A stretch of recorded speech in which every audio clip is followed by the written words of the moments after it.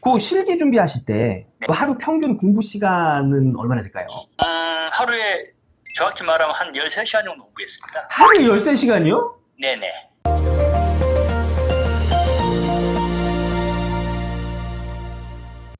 네, 선생님. 네, 안녕하세요. 임규명입니다. 아, 규명아님 얼마나 좋으세요? 아유, 뭐. 이게 선생님 덕분입니다, 이게. 아유, 별 말씀을요. 규명아님 네. 진짜 열심히 해주셨어요. 예. 저랑 22년, 그 작년 12월부터 저랑 같이 공부하셨어요. 필기는 네. 2차 때 5월 달에 그때 합격했습니다. 맞아요. 2회 합격하고, 그 다음에 실기는 3회 합격하고.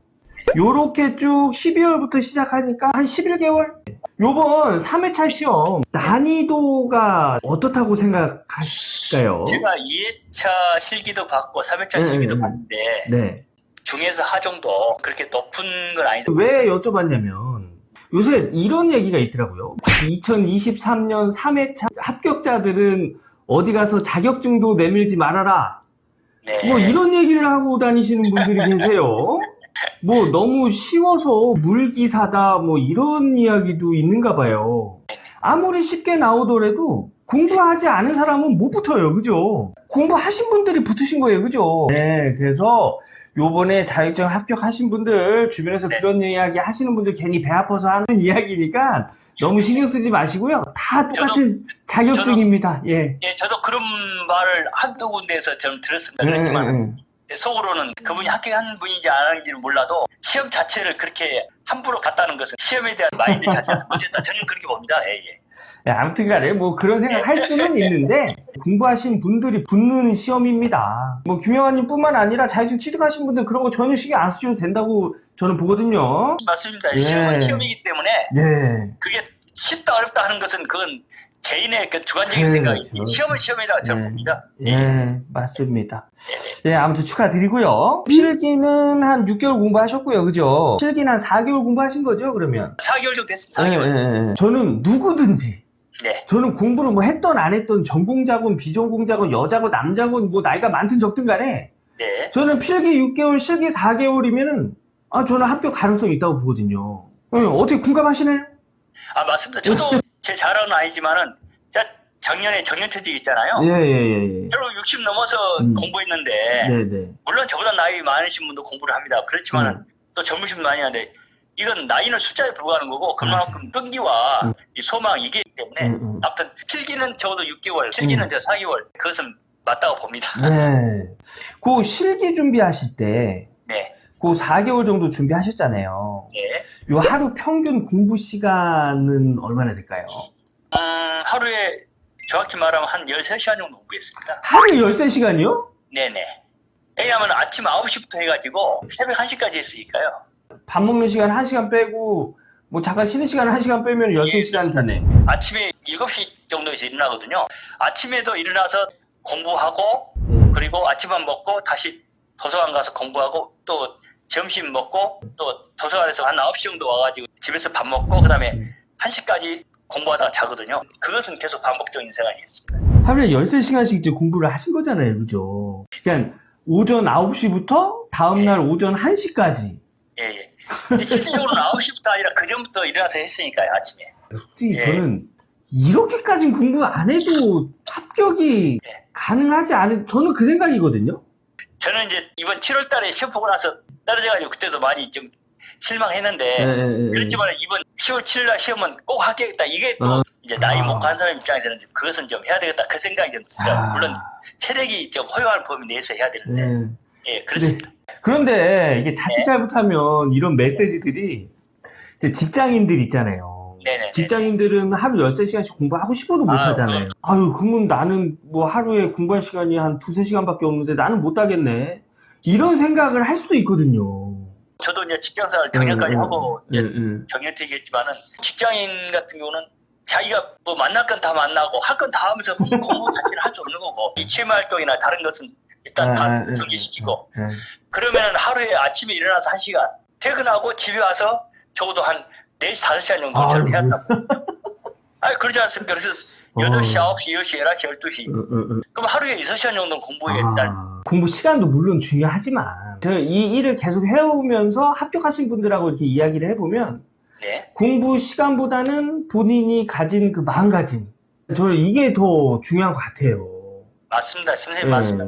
그리고 마음 먹고 실천을 해야겠죠, 그죠? 예, 합격하신 분들은 마음 먹고 실천하신 분들이세요. 아유, 아무튼 13시간, 아이고야. 이거 또... 아, 저도 옛날에 학교 공부도 그렇게 못한 공부는 아니거든요. 예. 근데 그때 누가 그래요. 제 집사람도 그 이야기하지만 당신 젊었을 때 공부하면 고시도 패스하겠다. 40, 50대 정기 공부해서 이제 합격하신 분들이 다 네. 그렇게 생각을 하시더라고요.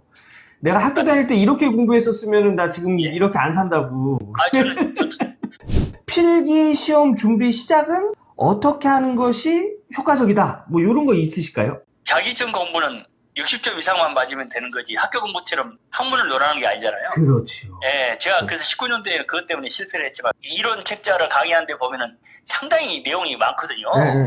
2주도 탁파할 거예요. 근데 결국은 2주 정도만 시간을 소모하고 보고 그 다음에 바로 기출문제 들어가서 거기서 이제 반대로 이제 문제 풀어가면서 계속 바라는 게 제 생각. 정리를 하면 처음 시작하시는 분들한테는 이론이 뭐 이해가 되든 안 되든 간에 처음부터 네. 끝까지 한번 쭉 보고 그 다음에 기출을 반복적으로 풀어가면서 여기서 이론을 공부해라 이건가요? 예, 실기는 어떤 식으로 시작하는 게 좀 효과적일까요?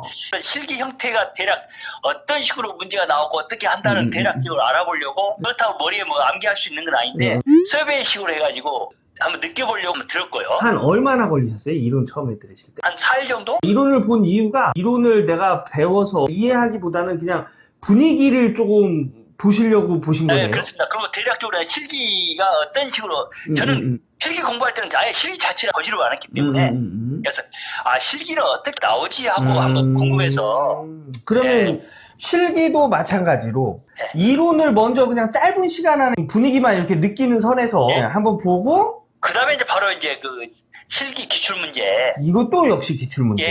문제와 답을 계속 번갈아가면서 이제 반복적으로 공부했습니다.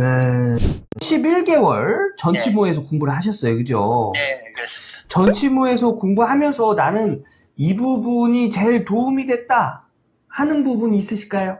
지금 우리 전체의 특징이 이제 쌤 혼자서 강의 다 하시잖아요. 네. 다른 뭐 강의들이 나쁘다는 게 아니라 다른 강의들 과목마다 강사분들이 또 바뀌어요. 그리고 강의 스타일도 좀 틀리고 전치모에서 가장 큰 수학이라면 그게 일주로 쭉 되는 거고 혼자서 그 인강 들을 때는 나 혼자만 공부했는데 거기는 여러 강의자들이 그 참여해가지고 거기서 또 서로 간에 의견도 막 나누고 그렇게 하지 않습니까? 오프라인 공부처럼 강의는 하진 않지만은 온라인 공부지만은 학교 공부처럼 그런 분위기를 느껴서 참 좋았다. 저는 그렇게 보거든요. 실기 때문에 일부러 또 가입했던 거죠. 이 실기 같은 경우는 문제를 내가지고 먼저 맞히는 사람한테 또 하는 게 있잖아요. 프리미엄 회원님들은 이론을 공부하고 제가 이론 공부한 내용으로 문제를 만들어서 이제 한번 내드려요. 은근히 긴장감이 있어요. 온라인인데도 그 긴장감이 어느 정도 좀 느껴져요.